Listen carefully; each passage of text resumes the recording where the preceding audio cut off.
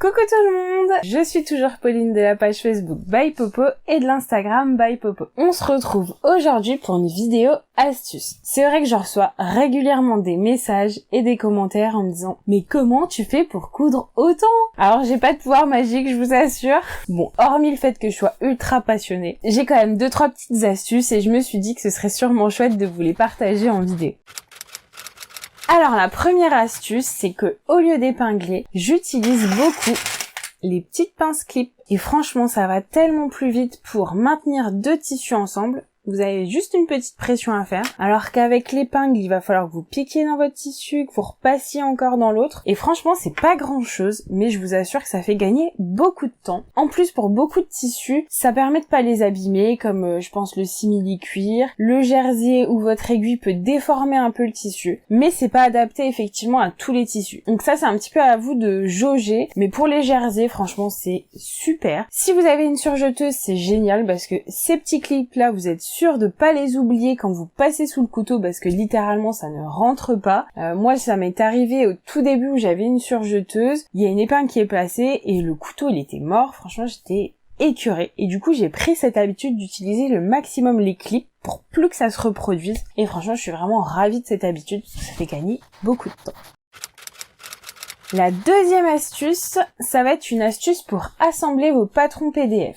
Alors, quand vous avez votre patron ici, normalement, vous êtes censé couper les bords. Et ici, moi, ce que je vous propose, c'est de vraiment plier uniquement les angles, que vous allez assembler de la même manière. Donc, vous êtes sûr de ne pas perdre en précision, du coup, puisque ce sont les coins qui viennent se juxtaposer. Et vous voyez d'ailleurs que par rapport aux lignes de couture, c'est nickel. Et on va venir faire ça sur tout le patron. Donc vous avez plus du tout besoin de découper des bandes et des bandes et des bandes. Vous venez simplement relier vos coins. Et ensuite vous n'aurez plus qu'à relier vos lignes. Alors du coup on perd un chui en précision puisqu'on vient s'amuser à relier les lignes. Mais ça fait gagner tellement de temps. Et voilà le travail. Ma troisième astuce, ça va être de coudre par étapes. En effet, je m'explique. Si vous êtes par exemple sur le montage d'un short, je vous conseille de coudre votre premier côté et le deuxième côté en même temps. De faire toujours les choses par symétrie et le maximum par étapes. Par exemple, si vous faites une couverture patchwork, de faire à la chaîne tous vos assemblages et de pas revenir sans arrêt pour répingler et faire le même process. Si vous avez des choses similaires à coudre, vous les faites tout d'une traite. Vous épinglez tout d'une traite, vous cousez tout d'une traite. Ça, franchement, c'est une technique qui fait un peu robot comme ça, mais je vous assure, ça vous permet vraiment de gagner beaucoup de temps. Ce qui m'emmène à mon conseil numéro 4,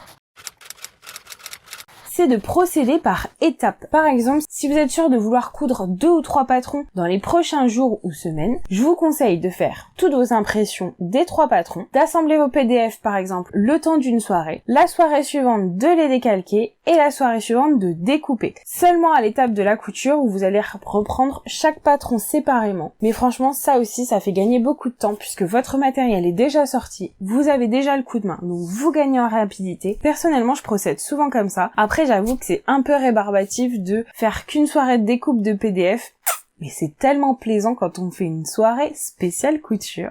À vous de voir.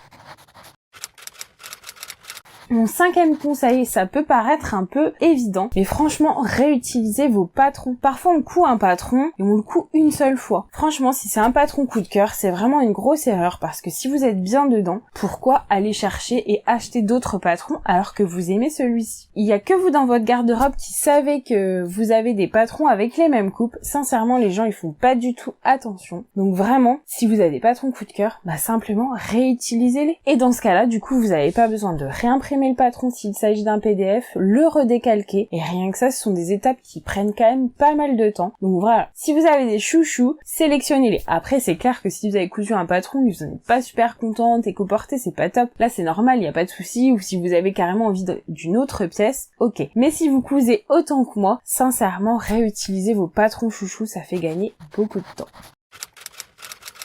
Mon 6e conseil, il s'agit tout simplement de coudre du jersey. En effet, le jersey, ça demande quand même une certaine approche. Au début, ça fait un peu peur parce que c'est une matière élastique. Et moi-même, franchement, j'étais terrorisée d'utiliser ça à la surjeteuse qui coupe le tissu.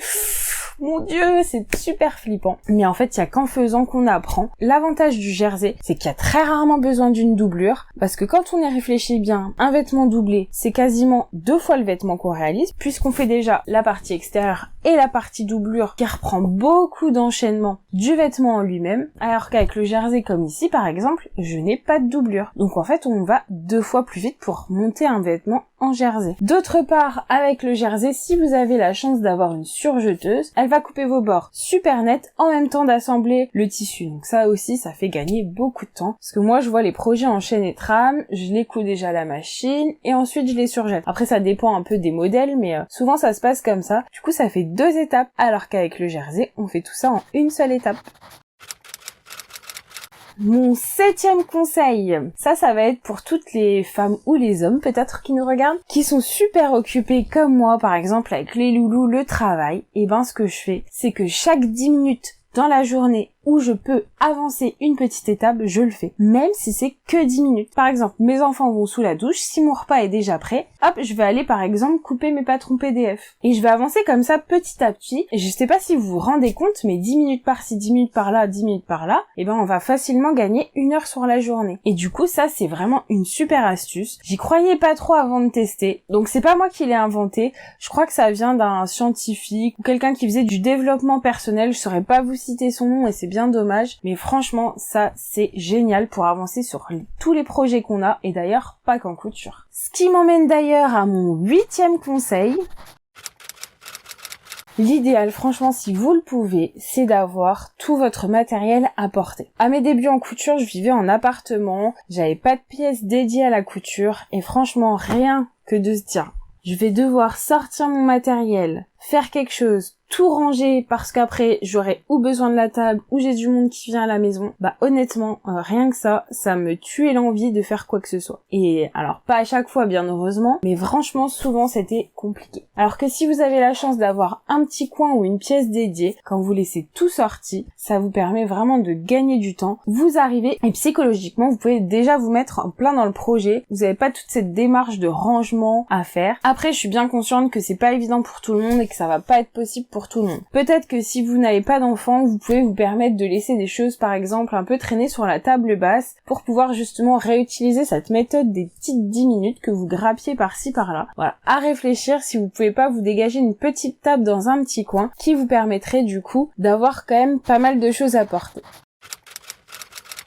Mon 9e conseil, il s'agit tout simplement de préparer des canettes d'avance. Que ce soit sur la machine à broder ou sur ma machine classique. Il y a des couleurs qu'on coud très souvent. Je pense notamment au noir et au blanc. Et rien de plus rageant que quand vous êtes au milieu d'une couture, de devoir s'arrêter, refaire la canette, etc., etc. Alors moi ce que je fais, quand j'en fais une, en fait j'en prépare 2 ou 3 à l'avance. Alors je couds énormément, du coup je sais que ça va me servir. Mais si vous aussi vous avez des couleurs chouchou, n'hésitez pas à faire la même chose. Et comme ça fait un roulement, du coup on fait moins souvent des canettes, on a juste besoin de la replacer et pas de désenfiler, réenfiler. Voilà, c'est un tout petit gain de temps, mais tellement confortable.